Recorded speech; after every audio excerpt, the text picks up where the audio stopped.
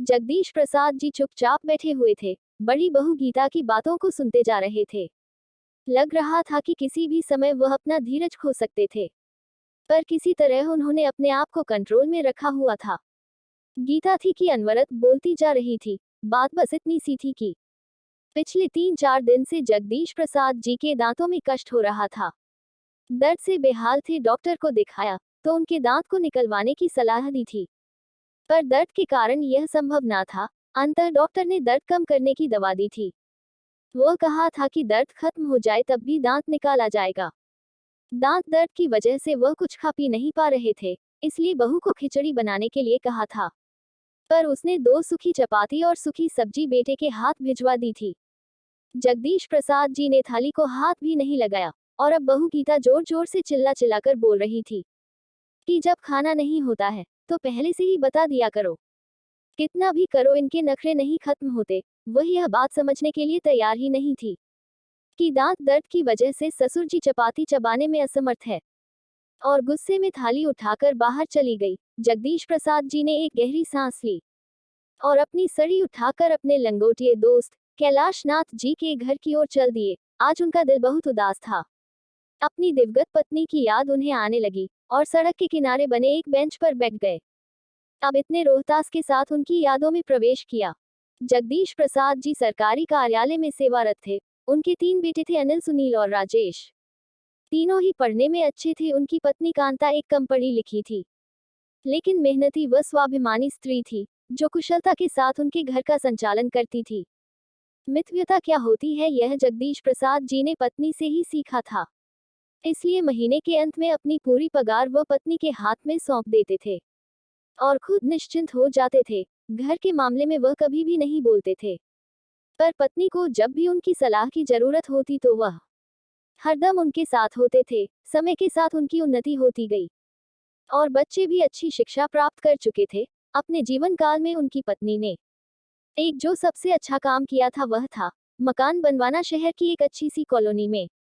उसने अपने सपनों का संसार बसाया था। जगदीश प्रसाद जी ने ऑफिस से लोन लेकर कुछ दोस्तों से मदद लेकर पत्नी के इस सपने को पूरा किया। पहले मकान 1 मंजिला था, पर जब बच्चे बड़े हो गए तो जगदीश प्रसाद जी ने हिम्मत करके मकान की 2 मंजिलें और भी बनवा दी। उनके तीनों बेटों की शादी हो गई थी और तीनों बेटों के 2-2 बच्चे भी हो गए थे, और अब जगदीश प्रसाद जी अपने छोटे बेटे के साथ निचली मंजिल पर रहते थे। अनिल व सुनील दूसरी और तीसरी मंजिल पर रहते थे। रसोइयां सबकी अलग अलग थी। बस त्योहार वाले दिन सब एक जगह इकट्ठे होकर त्योहार मनाते थे। मुंह से तो कोई कुछ नहीं कहता था, पर राजेश की पत्नी को बहुत तकलीफ होती थी कि सारा काम मुझे ही करना पड़ता है। दोनों भाभियों बस हाथ हिलाने के लिए आ जाती है। उधर दोनों का कहना था कि भाई रसोई तो तुम्हारी है तो जिम्मेदारी भी तुम्हारी है, पर यह बातें कभी भी झगड़े का रूप धारण नहीं कर पाती थी, क्योंकि कांता जी खुद भी एक मेहनती महिला थी, जो उम्र के इस दौर में भी स्वस्थ दुरुस्त थी। सारा दिन कुछ न कुछ करते रहना उनकी आदत थी। इसी कारण काम को लेकर बहुएं ही उन पर निर्भर थी। जगदीश प्रसाद जी जब भी अपनी पत्नी के साथ बैठते थे तो कहते थे कि अब हमें किसी प्रकार की चिंता नहीं है। पेंशन तो आएगी ही, बस आराम से गुजारा हो जाएगा। जवानी में जो सपने मैं तुम्हारे पूरे नहीं कर पाया वह अब करूंगा। और पत्नी हल्के से मुस्कुराकर अपनी सहमति प्रकट कर देती थी। पर जगदीश प्रसाद जी का यह सपना कभी पूरा नहीं हो पाया, और एक दिन पत्नी उन्हें अचानक छोड़कर हमेशा के लिए चली गई। जगदीश प्रसाद जी की तो जैसे दुनिया ही उजड़ गई, पर होनी को कौन टाल सकता था। जिस पत्नी ने इतने यत्न से मकान की नींव बनाई थी, उसमें अब दरारें पड़ने शुरू हो गई थी। हालात इतने बदल गए थे कि त्योहार के समय एक दूसरे को बधाई देने में भी सबको कष्ट होने लगा था। सब अपनी अपनी गृहस्थी में मस्त हो गए थे। एक अकेले जगदीश प्रसाद जी ही रह गए थे, जो सबको समझ रहे थे, पर उम्र के इस दौर में अपने आप को असहाय सा महसूस करने लगे थे। 2 दिन पहले ही वह जब अचानक घर में घुसे तो उन्हें बेटों बहुओं की आवाज सुनाई दी। कौतूहलवश वे चुपचाप खड़े हो गए, और उनके दुख का ठिकाना ना रहा जब उन्होंने सुना कि तीनों बेटों ने उन्हें 2-2 महीने के लिए बांट लिया है। छोटी बहू को शिकायत थी कि जब मकान में सबका बराबर का हिस्सा है, तो पिताजी की सेवा में भी सबका बराबर का हिस्सा होना चाहिए। मैं भी थोड़ा आजाद रहना चाहती हूँ, जो पिताजी के कारण संभव नहीं हो पा रहा। तकलीफ तो सबको हो गई थी, पर कोई सहारा ना रहा था, और अब जगदीश प्रसाद जी 3 हिस्सों में बंट गए थे। जिंदगी यूं ही चलती जा रही थी। 2 महीने कभी एक बेटे के पास, फिर दूसरे और फिर तीसरे के पास। मुसीबत तो तब आती थी जब कभी महीने के अंत में, यदि उनकी तबीयत खराब हो जाती तो इलाज यह सोचकर नहीं कराया जाता था कि अब 2-4 दिन के बाद दूसरे बेटे के पास तो जाना ही है, वही इलाज करा देगा। आज जगदीश प्रसाद जी के सब्र का बांध टूट गया था।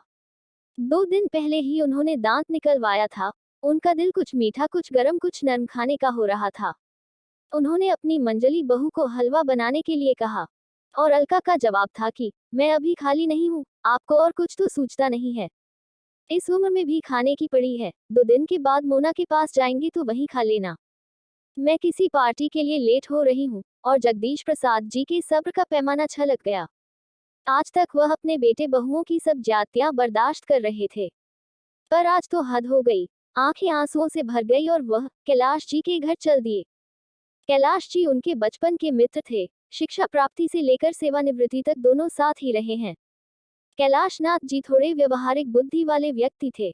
वह दिल से नहीं, दिमाग से सोचते थे। उन्होंने अपने दोस्त को कई बार समझाया था कि थोड़ा रौफ रखा करो, किसी बात की तो कमी नहीं है। मकान अभी तुम्हारे नाम है। बेटे बहू जब भी सर पर बैठने की कोशिश करें तो धमकी दे दिया करो कि किसी को भी हिस्सा नहीं दूंगा। पर जगदीश प्रसाद जी को यह बात नामंजूर न थी। उनका कहना था कि जब मकान बनवाया ही बच्चों के लिए है, तो ऐसा सोचना किस लिए। लेकिन आज उन्हें लग रहा था कि अब कुछ करने का समय आ ही गया है। कैलाश नाथ जी से सलाह मशवरा करके जगदीश प्रसाद जी घर आकर पत्नी की तस्वीर के सामने आकर खड़े हो गए। जैसे मन ही मन उनके विचार विमर्श कर रहे हो। एक दृढ़ निश्चय उनके चेहरे पर आया और वह भूखे पेट ही सो गए। किसी ने भी खाने के लिए नहीं पूछा। उन्हें पता था कि उनके तीनों बेटे पत्नियों के साथ गर्मी की छुट्टियां में बाहर जा रहे हैं। किसी को भी यह ख्याल नहीं था कि पिताजी क्या खाएंगे, कैसे रहेंगे। जगदीश प्रसाद जी ने कुछ नहीं कहा। उन्हें अपनी योजना को अंतिम रूप देने का अवसर मिल रहा था।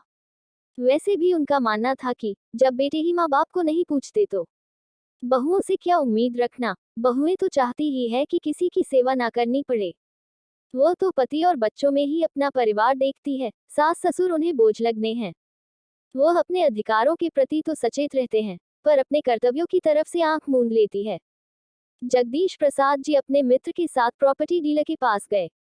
प्रॉपर्टी डीलर कैलाश नाथ जी के पुत्र का खास दोस्त था। उनसे मिलकर अपनी व्यथा बताई और सलाह मशवरा किया। वह वापस आ गए। 20 दिन के बाद जब बेटे बहुएं प्रसन्नचित घर लौटे तो मकान पर ताला देखकर सबकी त्योरियां चढ़ गई। छोटी बहू मोना बोलने लगी, हद हो गई लापरवाही की। पता था कि हम आने वाले हैं, घर नहीं बैठ सकते। उनके गुस्से के कारण भी था कि अब 2 महीने पिताजी को उसके पास रहना था। काफी देर इंतजार करने के बाद अनिल व सुनील कैलाश नाथ जी के घर की ओर चल दिए और उनके पैरों तले जमीन खिसक गई जब उन्हें पता चला कि पिताजी ने मकान 90 लाख में बेच दिया है। और अब वह कहाँ है, किसी को कुछ पता नहीं। तीनों परिवारों को समझ नहीं आ रहा था कि यह सब क्या हो रहा है। उन्हें लग रहा था कि यह एक भद्दा मजाक है कि पिताजी ने उनके साथ किया है। गुस्से में तीनों भाई उबल रहे थे। पिताजी ऐसा कैसे कर सकते हैं। मकान की कीमत लगभग 1 करोड़ की थी, तो पिताजी ने 10 लाख का घाटा क्यों उठाया, यह उन सब की समझ से बाहर था। कोई सहारा न देखकर सब अपने अपने ससुराल चले गए। अगले दिन बड़े बेटे के पास कैलाश नाथ जी का फोन आया और उन्हें तीनों पुत्रों को अपने पास आने के लिए कहा कि कुछ आवश्यक सूचना देनी है। शाम तक का भी इंतजार सबको भारी पड़ रहा था। कैलाश नाथ जी के पास से जो सूचना उन्हें मिली, उससे तीनों की जुबान पर ताला लग गया था। दिमाग जैसे कुंद हो गया। सोचने समझने की शक्ति ने जैसे साथ छोड़ दिया। कैलाश नाथ जी के अनुसार जगदीश प्रसाद जी हरिद्वार चले गए हैं और उन्होंने वहां पर एक घर ले लिया है और अब वही रहेंगे। यह समाचार पूरे परिवार पर एक भारी प्रहार था। बहुत अनुनय विनय करने पर कैलाश नाथ जी से वे पिताजी का पता प्राप्त कर सके और हरिद्वार की ओर उड़ चले। पिताजी का यह कदम उनकी समझ से बाहर था। हरिद्वार पहुंचकर पिताजी को देखकर एक और झटका लगा। पिताजी को प्रसन्नचित और स्वस्थ लग रहे थे। बेटे बहुओं को देखकर उनके होठों पर मुस्कान आ गई। प्रसन्न दिल से उनका स्वागत किया और दीपक कहकर किसी को आवाज दी। आवाज सुनते ही 10-11 साल का एक लड़का सामने खड़ा हो गया। सबने कोतवाल से उसे देखा। जगदीश प्रसाद जी ने सबकी नजरों को नजरअंदाज किया और दीपक को 6 प्लेट गरम गरम हलवा लाने के लिए कहा। इसी बीच जगदीश प्रसाद जी सबसे बच्चों की कुशलता के बारे में जानते रहे। बेटे एक दूसरे की तरफ देख रहे थे कि कौन पहल करें, पर किसी की हिम्मत नहीं हो पा रही थी कुछ पूछने की। इतने में दीपक एक ट्रे में 6 प्लेट लेकर आ गया और सबको एक एक प्लेट पकड़ा दी। किसी ने भी प्लेट को हाथ नहीं लगाया। किसी को बोलते ना देखकर जगदीश प्रसाद जी ने कमान अपने हाथ में ली और बोलने लगे, तुम सबको हैरानी हो रही होगी और गुस्सा भी आ रहा होगा कि पिताजी को यह क्या सनक सवार हो गई है, लेकिन कारण भी तुम लोग ही हो। मैंने और तुम्हारी माँ ने तुम लोगों को कभी भी किसी प्रकार की कमी नहीं आने दी। तुम्हारी माँ ने मेरी एक अकेली तनख्वाह से कितनी कुशलता से घर को चलाया, यह मुझे तुम सबको बताने की जरूरत नहीं है। और आज मुझे यह कहने में कोई भी शर्म नहीं है कि उसने अकेले तुम सभी को अपने प्यार से बांध रखा था, पर तुम 6 लोगों ने अपने एक बाप को ही किस्तों में बांट लिया। पर चलो कोई बात नहीं, कम से कम 2 वक्त की रोटी तो शांति से दे सकते थे, पर वह भी नहीं हो पाया। पार्लर और किटी पार्टी में जाने के लिए सभी के पास वक्त था, पर मेरी 2 रोटियां सबको भारी पड़ रही थी। तुम सभी को अच्छी तरह से मालूम था कि मैं जिसके पास भी मैं रहता था, अपनी टेंशन वही खर्च करता था, लेकिन मेरी दवाई के लिए किसी के पास पैसे नहीं होते थे। तुम सबको अपने अधिकार पता थे, पर इस बुढ़े के प्रति तुम्हारे कुछ कर्तव्य भी है। यह तुम में से किसी को भी याद नहीं रहा, और फिर जब मेरे बेटे ही ऐसे हैं, तो बहुओं से मैं क्या उम्मीद रखूं? कहते कहते जगदीश प्रसाद जी का गला रूंध गया।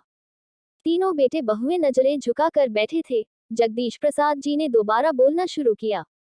मेरा यह फैसला तुम्हें पसंद नहीं आएगा, यह मैं जानता हूं, पर इसके जिम्मेदार भी तुम लोग हो। तुम्हें पता चल गया होगा कि मैंने मकान बेच दिया है, 10 लाख के घाटे में बेचा है, पर मुझे इसका कोई मलाल नहीं है। 5-5 लाख में अपने पोते पोतियों के नाम से फिक्स डिपॉजिट करा दिए हैं, जो उनके बड़े होने पर ही उन्हें मिलेंगे। मैंने यह घर खरीद लिया है, 2 कमरे, किचन, बाथरूम, टॉयलेट, सभी सुविधाएं हैं। उनमें जो भी कमी थी वह मैंने जुटा ली है। मैंने इसके लिए आश्रम को 15 लाख दे दिए हैं। मेरे मरने के बाद यह घर आश्रम की संपत्ति हो जाएगा। अभी अभी जिस लड़के को तुमने देखा है, वह एक अनाथ लड़का है, जो अब मेरे साथ रहता है। मैंने एक स्कूल में उसका नाम लिखवा दिया है, पढ़ता भी है और मेरी सेवा भी करता है। 2 लाख मैंने इसके नाम से भी जमा करा दी है। बाकी जो बचा, कितना बचा उसका हिसाब तुम लोग लगा लो। मैंने बैंक में जमा करा दिए है। बैंक से जो इंटरेस्ट आएगा और मेरी पेंशन से मेरा और दीपक का खर्चा आराम से चल जाएगा। अब तुम लोगों को मेरी तरफ से पूरी आजादी है, जैसे चाहो वैसे रहो। यह सब कहकर जगदीश प्रसाद जी चुप हो गए और आराम से कुर्सी पर बैठकर अपनी आंखें बंद कर ली। तीनों बेटे बहुओं को समझ नहीं आ रहा था कि पिताजी की इन बातों पर अपनी क्या प्रतिक्रिया प्रकट करें, और सामने पड़ी हलवे की प्लेट को देखकर अलका सोच रही थी कि एक प्लेट हलवे की कितनी बड़ी कीमत सबको चुकानी पड़ रही है। तो दोस्तों, यह थी आज की कहानी। आपको कैसी लगी कमेंट बॉक्स में जरूर बताएगा, और अपने चैनल को कर लीजिएगा सब्सक्राइब और बेल आइकन को दबाकर आल पर कर लीजिएगा सेट। मुझे दीजिए इजाजत, अगली कहानी तक धन्यवाद।